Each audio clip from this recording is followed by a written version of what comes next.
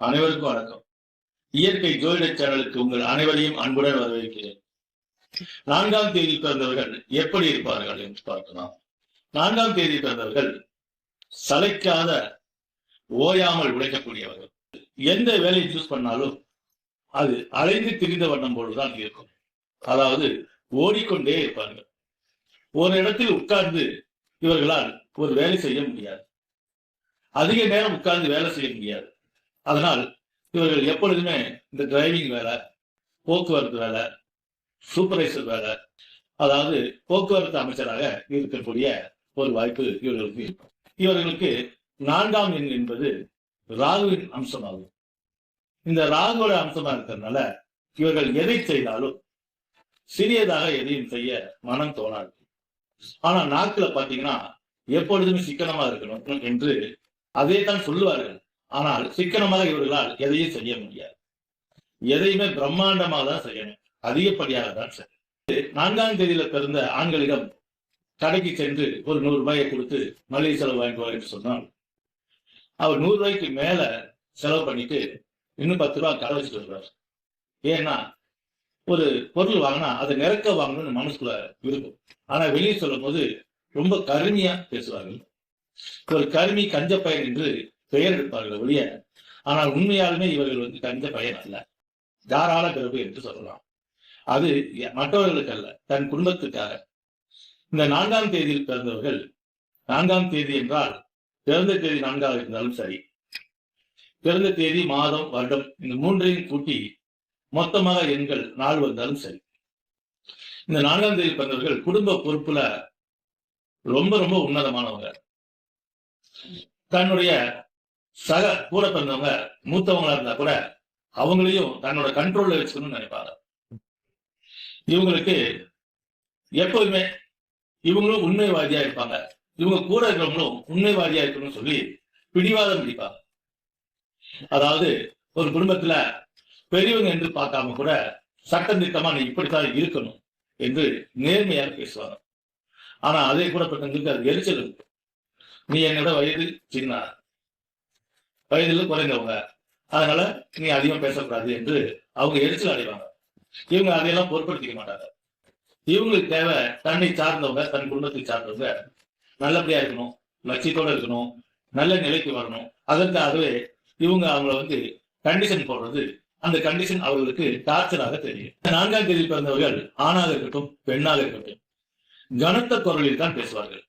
இயற்கையாக கீச்சு குரலா இருந்தா கூட கத்தி தான் பேசுவாங்க. இவங்க மெதுவாகவே பேச மாட்டாங்க. அந்த மெதுவா பேசாம கத்தி பேசுறதுனால இவர்கள் நல்லது சொல்றது கூட மற்றவங்களுக்கு அது டார்ச்சராக தான் தோணும். இவங்களுக்கு என்ன ஒரு பெரிய விஷயம் அப்படின்னு கேட்டீங்கன்னா, தன் குடும்பத்தை சார்ந்தவங்க சிறியவங்களோ பெரியவங்களோ அவங்களெல்லாம் இவங்க கண்ட்ரோல் பண்ணணும்னு நினைப்பாங்க. ஆனா மற்றவர்கள் அவங்க இவங்களுக்கு ஏதாவது ஒண்ணு சொல்ல வந்தாங்கன்னா அது காதலியே வாங்கிக்க மாட்டாங்க. தான் சொல்ற கருத்து மட்டும்தான் நல்ல கருத்து என மனசுல நினைச்சு எப்ப பார்த்தாலும் குடும்பத்துல ஒரு பகையை தேடிக்கொள்வாங்க. அதுதான் இவங்களுடைய பெரிய மைனஸ். தன்னை பெருமையா நினைத்துக் கொண்டு மற்றவங்களை கீழ்மையா நினைப்பாங்க என்று சொன்னால் அது அல்ல. கீழ்மையா நினைக்க மாட்டாங்க. ஆனா மற்றவங்களுடைய நலனுக்கு இவங்க அக்கறை எடுத்துக் கொள்வாங்க. இவங்களுடைய மைனஸ் அதுதான். அப்படி அக்கறை எடுத்து அதை மெதுவா சொன்னா கூட பரவாயில்ல, அது சத்தமா சொல்றதுனால என்ன ஆகுனா குடும்பத்துல இருந்து இவங்க பிரிவுக்கே வரக்கூடிய, அதாவது பிரிஞ்சு வரக்கூடிய நிலைகள் ஏற்பட்டுள்ளது. சிலர் பிரிந்து விடுவார்கள். இவர்களுக்கு கடும் சொல் தாங்க மாட்டார்கள். ஆனால் இவர்கள் வேணா மற்றவர்களை கடும் சொல் சொல்லலாம். ஆனா இவர்களை யாராவது ஒரு கடும் சொல்லிவிட்டார்கள் என்றால் அதை அப்படியே ஆள் மனதில் வைத்து விடுவார்கள். எத்தனை வருஷம்னாலும் நீ அப்படி சொன்னீங்க, நீ அப்படி சொன்னீங்க என அதையே சொல்லி காட்டுவார்கள். அது திருந்தலான்னு வரும்போது கூட அவங்களுக்கு அப்பவும் டார்ச்சர் ஆகி உங்க கூட பேசுற நேரம் அப்படிங்கிற மாதிரி ஆயிடும். புது இடத்துல கூட தன்னுடைய சக பிறந்தவங்க, ஏன் தாய் தாப்பனை கூட பார்க்க மாட்டாங்க. சடீர் என்று இவங்க உணர்ச்சி சொல்லப்பட்டு அவங்களை அவதூறாக கூட பேசிடுவாங்க. ஆனா அதே குடும்பத்தில் இருக்கிறவங்க ஒரு வார்த்தை பேசினா இவங்க தாங்கிக்க மாட்டாங்க.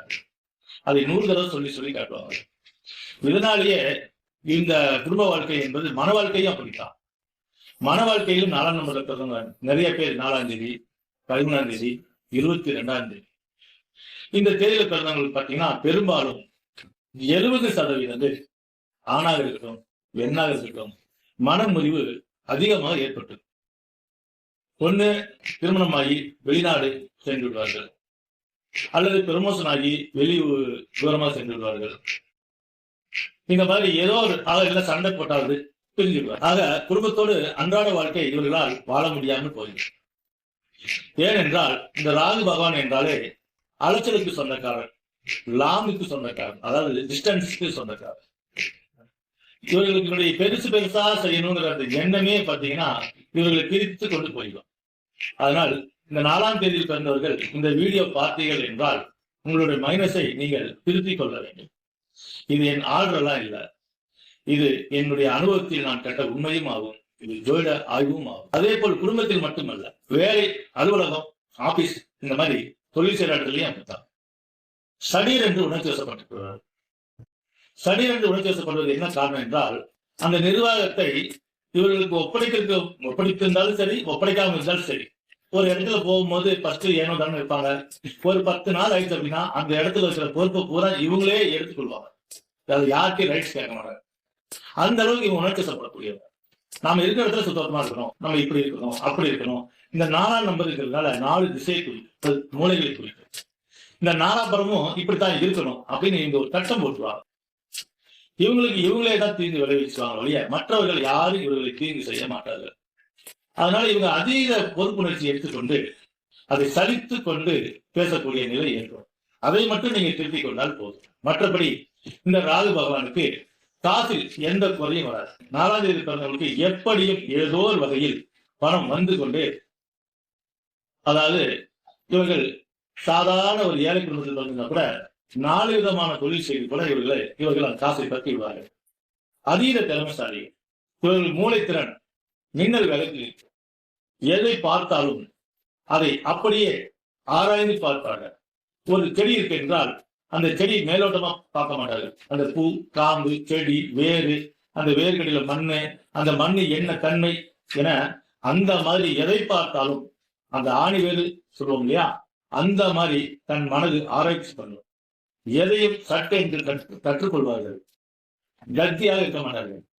இந்த 4ஆம் நம்பர் அப்படி என்று சொன்னாலே வண்டி வாகனம், வீடு, வாசல், ஜோதிட ரீதியாக இந்த 4ஆம் இடம் சுகஸ்தானம் எனப்படும். சுகஸ்தானத்துக்கு இவர்களுக்கு எந்த குறையும் வராது. நீங்க ரொம்ப ரொம்ப உன்னதமானவர்கள், பொறாமை குணம் இல்லாதவர்கள். நீங்க பேசுற பேச்சை வச்சு அவங்க என்ன நினைப்பாங்கன்னா பொறாமை கொண்டவர்கள், கஞ்சத்தனம் கொண்டவர்கள் என நினைப்பார்கள். அதே 4ஆம் தேதியில் பிறந்தவர்கள், அதாவது முக்கியமா இந்த 4 எண்ணில் 13ஆம் தேதி இருக்கு. இந்த 13ஆம் தேதி பிறந்தவர்கள் பாருங்க, நான் சொல்றது கரெக்டா இருக்குன்னு பாத்துங்க. அவர்கள் என்ன செய்வார்கள் என்றால், சும்மா நாள் பாக்கெட் இருக்கிற காசை கூட எடுத்து அந்த காசை எண்ணி பார்ப்பார்கள் சரியா இருக்கா என்று. இப்போ அவங்க வியாபாரத்தில் உட்காந்து வச்சுக்கிறேன், வியாபாரத்தில் உட்கார்ந்து இருந்தாங்கன்னா இப்போ ஒரு 100 ரூபாய்க்கு ஒரு பொருள் விற்கிது, அடுத்தது ஒரு 10 ரூபாய்க்கு ஒரு பொருள் விற்கிது 110, அடுத்து ஒரு பொருள் விற்கிது 120, இப்படி 140, 160 விற்க எண்ணிக்கொண்டே இருப்பார்கள். ஒண்ணு மனசு எண்ணிக்கிட்டே இருப்பார்கள். சிலர் என்ன செய்வாங்கன்னா விற்க அந்த நோட்டை அடுக்கிக் கொண்டே இருப்பார்கள். இதெல்லாம் மைனஸ் சொல்ல முடியாது, அவர் உற்சாக நிலை என்று சொல்லலாம்.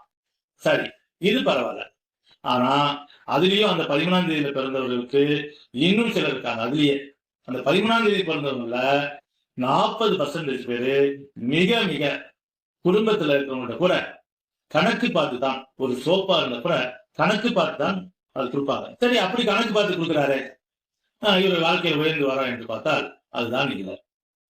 அந்த 13ஆம் தேதி பிறந்தவர்களுக்கு மது அடிமை ஆகிவிடுவார்கள். அவர்கள் ஆரம்பத்தில் குடிக்காமல் இருந்தாலும், ஏனென்றால் ராகு என்றாலே போதைப் பொருளுக்கு சொந்தக்காரர். மது இல்லாமல் அவர்களால் இருக்க முடியாது. மாது இல்லாமல் கூட இருந்து விடலாம், மது இல்லாமல் இருக்க முடியாது. இந்த 13ஆம் தேதி பிறந்தவங்க 80% பேர், என்னோட அனுபவ ரீதியா சொல்லிக் கொண்டிருக்கிறேன். நீங்க கோபத்துல சப்ஸ்கிரைப் பண்ணினாலும் பரவாயில்ல, ஏன்னா உண்மை சொல்றதா என்னோட வேலை, பூசி முழுவது என்னோட வேலை அல்ல. முடிந்தால் இந்த வீடியோ பார்த்து நீங்கள் உங்கள் கேரக்டரை கொஞ்சம் திருத்திக் கொள்ளுங்கள். அது சமுதாயத்துக்கும் நல்லது, உங்களுக்கும் நல்லது.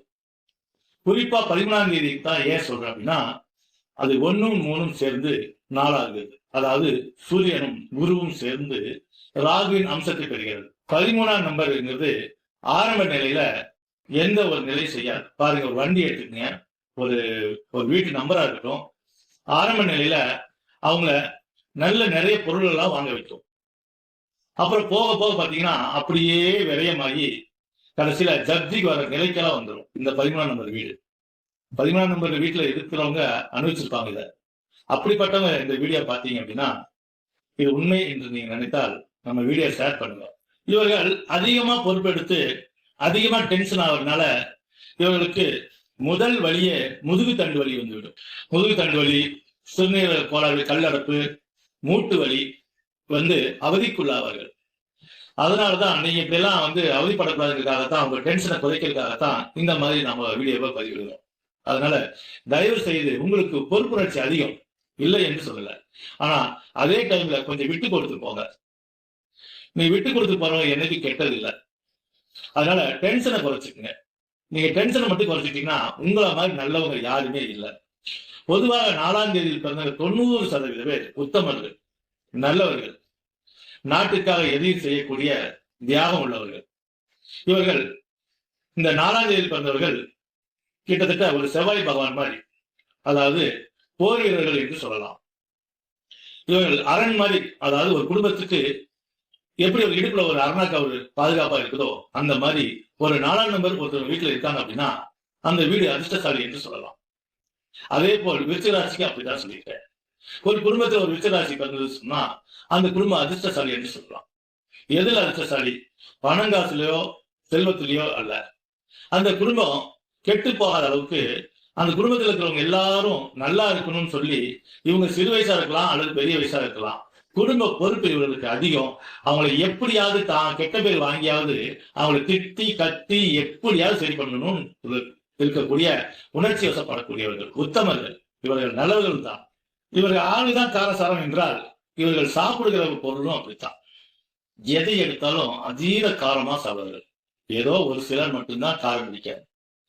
90% பேர் காரத்துக்கு அடிமை, மசாலா விரும்பிகள், சவர்மா குவர்மான்னு சொல்லி அதிகமா சாப்பிடுறது இந்த 4ஆம் நம்பருக்கு பிறந்தவர்கள் தான். 4, 13, 22ஆம் தேதி பிறந்தவர்களுக்கு ஆடம்பர பொருட்கள் மேல ரொம்ப ரொம்ப ஆசையா இருக்கு. ஏன்னா ராகு பகவான் அல்லவா, இந்த மாதிரி புதுசு புதுசா ஒரு பேர் வந்தா உடனே அதை சாப்பிட்டாகணும். தன் வசதிக்கு ஏற்பையாவது சிறிய அளவாவது வாங்கி அவர்கள் சாப்பிடணும்னு ஆசைப்படுவார்கள்.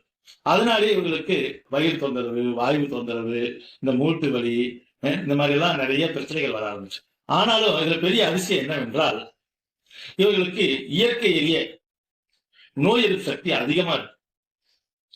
இவங்களுக்கு காய்ச்சல் வந்தா கூட அவ்வளவு சீக்கிரம் ஆஸ்பத்திரி போக மாட்டாங்க. ஆஸ்பத்திரி போலாம் என்று வீட்டை விட்டு வெளியே வரும்போதே இவர்களுக்கு கொஞ்சம் குணமான மாதிரி ஆயிடும். ஏனென்றால் இவர்கள் மருத்துவ செலவுக்கு காசு செலவு பண்றத மனம் விரும்ப மாட்டார்கள். அதுதான் உண்மை. அதே போல் நோய் எதிர்ப்பு சக்தி இவர்களுக்கு இயற்கையாகவே அதிகமா இருக்கும். அதனால் எந்த காய்ச்சல் வந்தாலும் எந்த நோய் வந்தாலும் தானாகவே சரியாயிடும். ஒரு சிலர் வேணா இடத்துக்கு தகுந்த மாதிரி பயந்த சுபாவம் கொண்டு ஆஸ்பத்திரி போய் சரி பண்ணிக்கலாம் ஒழிய இயற்கையிலேயே இவர்களுக்கு எந்த நோய் வந்தாலும் தானாக சரியாயிடும். அதுதான் உண்மை. நோய் எதிர்ப்பு சக்தி அதிகம் கொண்ட உடல்வாகு யார் என்றால் இந்த 4ஆம் தேதி, 13ஆம் தேதி, 22ஆம் தேதி. அதே போல் இவர்கள் கிட்டத்தட்ட செவ்வாய் பகவான் போன்ற சாகசம் செய்வது, சர்க்கஸ், இந்த வண்டி வீலிங் விடுறது, இந்த மாதிரி மிகப்பெரிய சாதனை, இந்த WWE ஃபைட்டு, அப்புறம் ஃபைட் இவங்களுக்கு ரொம்ப ரொம்ப பிடிக்கும். எப்போ பார்த்தீங்கன்னா 4ஆம் நம்பர் இருக்காங்க அத்தனை பேருமே அவங்க பார்த்தீங்கன்னா WWE பார்த்துட்டு தான் இருப்பாங்க. அல்ல இது சண்டை காட்சின்னு போட்டாவே கண் அறியாம அந்த கண் பார்க்கும். எங்க இருந்தாலும் அதுக்கு அதுதான் விரும்புவாங்க. அதே போல் பாட்டும் பிடிக்கும்.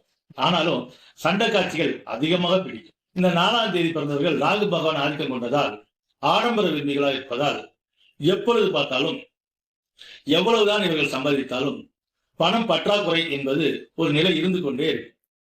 வரவுக்கும் செலவுக்கும் இருந்து கொண்டே இருக்கும்.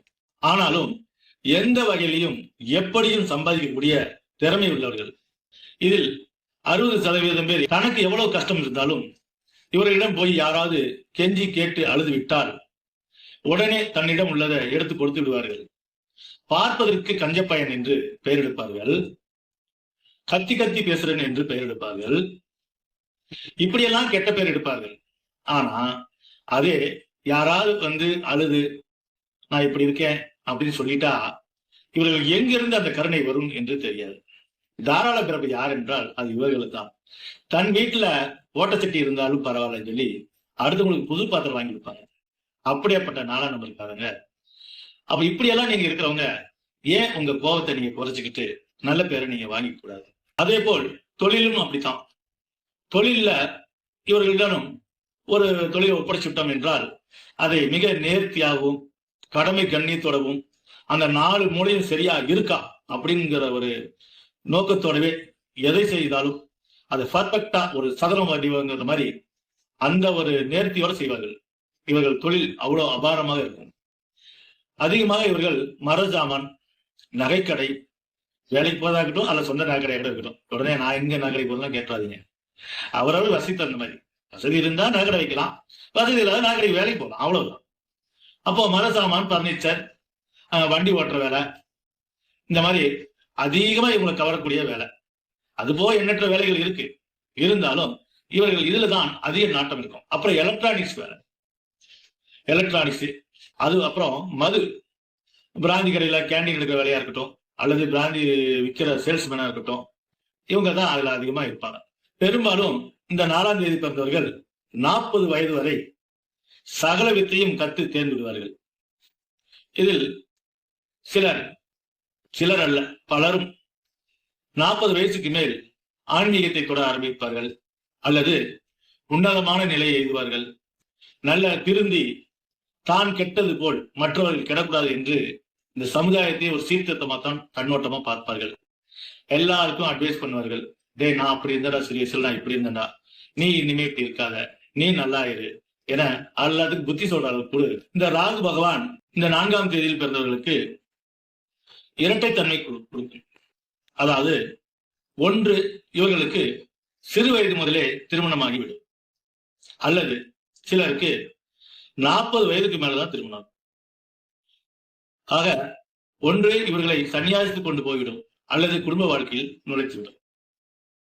இதில் தன் மனைவியாக இருக்கட்டும் கணவனாக இருக்கட்டும் அவங்கள அவ்வளவு லவ் பண்ணுவாங்க. இவங்க கிட்ட என்னை எவ்வளவு லவ் பண்றேன்னு கேட்டா கையை 2 விரித்து கொண்டு இந்த உலகத்தையே காட்டும் அளவுக்கு சொல்லுவாங்க. அவ்வளவு லவ் பண்ணுவாங்க. தன் துணையை விட்டு கொடுக்க மாட்டாங்க. ஆனா டென்ஷன் ஆயிட்டாங்க அப்படின்னா அந்த துணையை விட்டுட்டு ஓட அளவுக்கு பேசுவாங்க. அதுதான் இவங்க கிட்ட ஒரு பிரச்சனை. மற்றபடி அந்த துணைக்கு, அதாவது கணவனுக்கோ மனைவிக்கோ, அவங்க எந்நேரம் கண்ணுக்குள்ள வச்சே இவங்க வாழ்ந்து கொண்டிருப்பாங்க. அவங்களுக்கு அதை செய்யணும், இதை செய்யணும், அப்படி செய்யணும், பார்த்து செய்வாங்க. இவ்வளவு பார்த்து செய்யறவங்க கொஞ்சம் உங்க நாக்க மட்டும் லைட்டா அடக்கிக்கணும். அது உங்களால முடியாது, இருந்தாலும் நம்ம சொல்லணும் இல்லையா? ஏனென்றால் ராகு பகவான், இந்த ராகு பகவான் என்ன செய்வார் என்றால் எதை எடுத்தாலும் பெருசா செய்வார், சின்னதா செய்யற பழக்கமே அவருக்கு இல்லை. அதனால ஒரு பேச்சுன்னு ஆரம்பிச்சா வளன்னு பேசிக்கிட்டே இருப்பாங்க. ஆனா அவங்களுக்கு பேசுனது மாதிரி தெரியாது, கொஞ்சம் தான் பேசிக்கணும்னு நினைச்சிருப்பாங்க. ஆனா கூட இருக்கிறவங்களுக்கு தான் தெரியும் காதுல ரத்தம் வரும். அதனால அவங்களாம் ரொம்ப சலித்து கொள்வார்கள், பேச்சை குறைச்சுக்கிட்டா. அதே நம்ம நடிகர்ல பாருங்க, விஜய் அவர்கள் 4ஆம் தேதி பிறந்தவங்க, 22ஆம் தேதி பிறந்தவங்க இல்லையா? சரி, ஏதோ நாள் என்ன ஆதிக்கம் வருது. அவங்க அப்பா கூட ஒரு பேட்டியில் சொல்லியிருக்காங்க, என் மகன் முன்ன மாதிரி பேசுறது இல்லை, பேச்சை குறைத்து கொண்டான், இப்போ நல்ல பேர் புகழ் வாங்குறார். இது எதுக்காக சொல்றோம் அப்படின்னா, ஒரு பிரபலத்தை ஏன் சொல்றோம் அப்படின்னா, ஒரு உதாரணத்துக்காக, வேற எந்த ஒரு தவறான நோக்கம். அப்போ பேச்சை குறைத்து கொண்டாலே அவங்க உன்னத நிலைக்கு வந்துருவாங்கிறது இந்த இடத்துல ஒரு சுட்டிக்காட்டு. அதனால 4ஆம் தேதி, 13ஆம் தேதி, 22ஆம் தேதி பிறந்தவர்கள் நீங்க பேசுங்க, கருத்தை 4 பாயிண்ட் பேசிட்டு அப்படியே நிறுத்திக்க போதும். ஒரு தடவை சொன்னா போதும். சொன்னதே திரும்ப சொன்னீங்க அப்படின்னா, இப்ப பாருங்க, நான் உங்களை பத்தி சொல்லும் போதே வீடியோல நீங்க ஆரம்பத்துல இருந்து இதையே சொல்லிட்டு இருக்கிறேன். அப்ப உங்களுக்கு சொல்லும் போதே பாருங்க 4 தடவை சொல்ல வேண்டியதா இருக்கு. அதனால பேச்சை குறைங்க, செயல்ல இறங்குங்க என சொல்லி மீண்டும் சந்திப்போம்.